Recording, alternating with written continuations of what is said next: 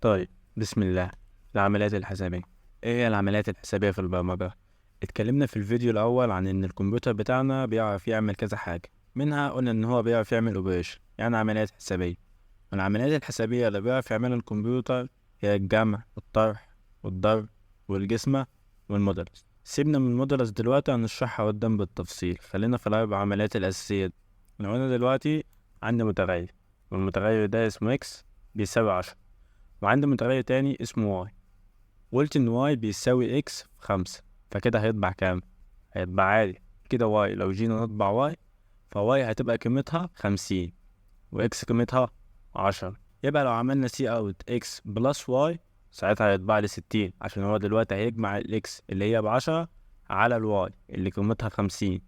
طيب دلوقتي في حاجة عاوزك تعرفها معايا. أنا بعرف أعمل العملية الحسابية في أي مكان، وبعرف أعملها جوا السي أوت. هنا إحنا خزنا القيمة دي في الواي، يعني إكس في 5 دي خزناها جوا الواي. طب لو أنا عايز أغير قيمة الإكس، يعني لو أنا عايز أعمل عملية حسابية وأخزنها جوا الإكس، سهلة خالص. بكتب إكس يساوي إكس زائد 5.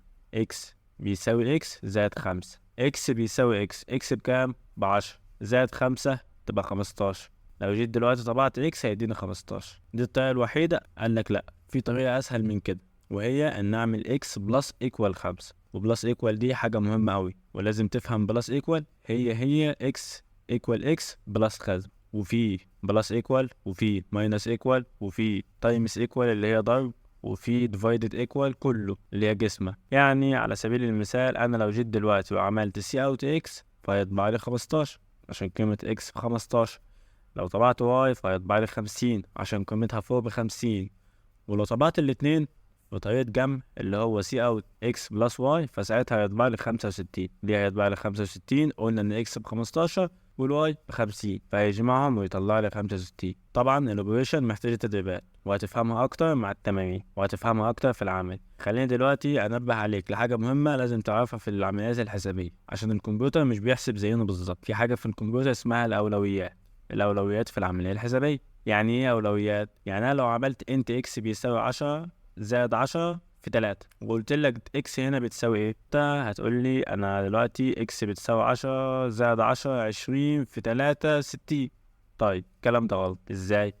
الكمبيوتر اول ما بيجي يحسب بيبص بيقول دلوقتي انا عندي عمليتين حسابية، العملية الاولانية هي الضرب والعملية التانية هي الجمع.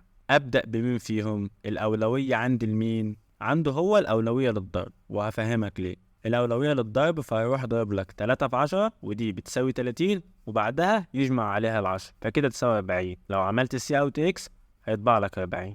يعني ايه أولويات بقى؟ تعال نرتب الأولويات. أول حاجة في الأولويات هي الأقواس. يعني أنا دلوقتي لو حطيت ال10 بلس 10 دي في قوس فهينفذها الأول، مش هينفذ الضرب. أول حاجة بيبص عليها الأقواس، هل في أقواس؟ لو في بيبدأ يخش، مفيش خلاص. طب تاني حاجة هما الضرب والجسم، والاتنين في مستوى واحد. أول حاجة الأقواس، بعدها الضرب والجسمة، بعدها الجمع والطرح، بعدها اليسار، بعدها بتمشي من الشمال لليمين. ازاي؟ يعني أنا دلوقتي لو عندي إكس بيساوي 10 زائد 10 زائد 3 ناقص 5، الزائد والماينس في مستوى واحد، هعمل إيه؟ هبدأ بالماينس ولا بالزائد؟ أقول لك لا، لما يبقوا عندك في مستوى واحد امشي من الشمال لليمين. 10 زائد 10 ب20 زائد 3 23 ناقص 5 18. بس خد دي بقى، انت بما انك عرفت الاولويات خد المساله دي، وقف الفيديو وحلها لوحدك قبل ما تعرف الناتج. لو انا قلت لك اكس بتساوي 10 زائد قوسين 10 ناقص 5 في 5، حلها كده مع نفسك في ورقه وقول لي هتطلع معاك ايه. طيب ببساطه الاجابه 35. ليه؟ بصينا على المساله، اول حاجه هنبص عليها هي الاقواس، ف10 ناقص 5 5، هنطلع بره كده القوس ده بيساوي 5. طيب القوس ده على يمينه مضروب في 5 وعلى شماله اجمع على 10. طب انا اعمل ايه دلوقتي؟ اجمع. قلنا الاولويه لما يبقى كده الاولويه هتروح للضرب، فالخمسه اللي هتطلع من القوس هتتضرب في كام؟ في 5 تبقى 25 زائد 10 35، وتبقى الاجابه 35. خد بقى مسألة دي يعني زي ما بيقولوا الطويلة شوية، يعني ممكن تتابع، مسألة غشيمة شوية. خد شوف دي وحاول فيها وشوف هتطلع معاك ايه. طيب بكل بساطة دي يمكن لعبكت مع ناس، فهنشرحها ونعرف الكمبيوتر شافها ازاي. أهم حاجة إنك تعرف الكمبيوتر بيفكر ازاي. الكمبيوتر بس على المسألة بتاعتك بص لأولوياته، قالك فيها أقواس فيها القوس الأولاني، دخل جوه يشوف العملية الحسابية اللي جوه وهيبدأ يحل. دلوقتي فيها أقواس فيبدأ يحل القوس الأولاني، القوس اللي جوه، القوس اللي جوه خالص يبدأ يحل. ليه عمليتين؟ عملية الناقص وعملية الاسم. طبعا هو هيبدأ بالجسم عشان دي الأولوية، فيقول لك 40/4 فيها 10، ننقص منها 5 تبقى 5، يبقى القوس الأولاني قيمته 5. يطلع بره في ضرب وفي طرح، هيروح لمين؟ من غير ما تشوف هيروح للضرب، فيقول لك 5 في 10 ب50 ناقص 30، 50 ناقص 30 تقول الإجابة 20. يبقى القوس الكبير ده الناتج بتاعه 20 بس. نطلع بقى هنلاقي قدامنا عمليتين، هما عملية الضرب وعملية الجمع. هنبص لمين الأول؟ هنبص للضرب، فنروح قايلين 5 في 20 بكام؟ ب100 زائد 10 الإجابة 110. لو أنت حليت دي لوحدك فأنت تنين بس. طيب تعالى بقى نجرب الكلام اللي قلنا ده كود. بص دلوقتي أنا لو قلت لك لو عندي متغير اسمه إكس بيساوي 10، حلو، وقلت لك إن مثلا عن باي بيساوي إكس زائد 20، كده المفروض لو جيت أعمل مثلا سي أوت للواي كده المفروض يطبع لي 30 عشان هيجمع 10 بتاعة الإكس على 20. نجرب، طبع لي 30. كمان أنا ممكن أجي هنا وأغير، يعني أنا ممكن أجي هنا وأقول لك واي بيساوي إكس زائد إكس عادي كده. هو واي هتساوي كام؟ لو جيت أطبع واي هنا هتساوي كام؟ هتساوي 20 عشان هياخد 10 دي على 10 دي. بص الكمبيوتر بيقرا الكود بتاعك سطر سطر، يعني بص في الأولاني ب10 تمام خلصناه. تاني الواي هنا خدت قيمة 30 ماشي، هنا الواي خدت قيمة جديدة. لو أنا جيت قلت لك مثلا دلوقتي أنا عايزك تطبع لي 10 مثلا على دي علامة على عشان تبقى عارف 10 على 8، وجيت قلت له قررنا كده طبع لي واحد، طبع لي واحد رغم ان الناتج مش واحد، يعني الناتج بتاع دي هو 1.5 تقريبا، فالناتج هنا غلط، الناتج هنا المفروض يطلع رقم كسري. طب ليه هو ما عملهاش رقم كسري؟ عشان انت مديه هنا رقم صحيح ومديه هنا كمان رقم صحيح، فيطبعهم لك ازاي؟ طب تعالى نجرب مثلا عملنا كده ولا عملنا كده. قال لك 1.25. كده احنا فهمنا ده لما نيجي نعمل سي اوت، لما نيجي نكتب الداتا تايب في السي اوت. طيب لو هعمل بقى هنا 10 دي على 8 هتطبع لي واحد، طبع لي واحد ليه؟ عشان هياخد الواحد يخزنه في الاكس. تمام.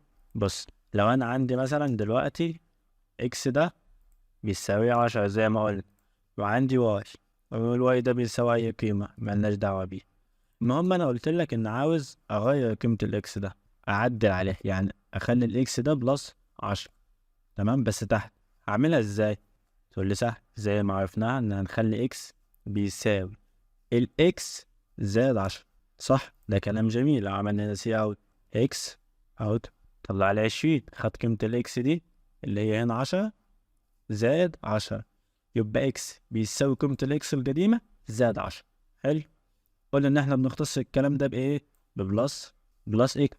كده دي هي لو جينا عملنا دلوقتي اهو. طيب وقلنا كمان ان في تايمز ايكوال، يعني ممكن اخلي دي كده ضرب، فكده المفروض هيجيب قيمة الاكس القديمة اللي هي 10 ويضربها في قيمة الاكس ويضربها في 10 اهو، قال لك 100. نفس الموضوع بقى قيس على كده كل العمليات الحسابية، الماينس والجسمة والفي والزائد، كل العلامات دي.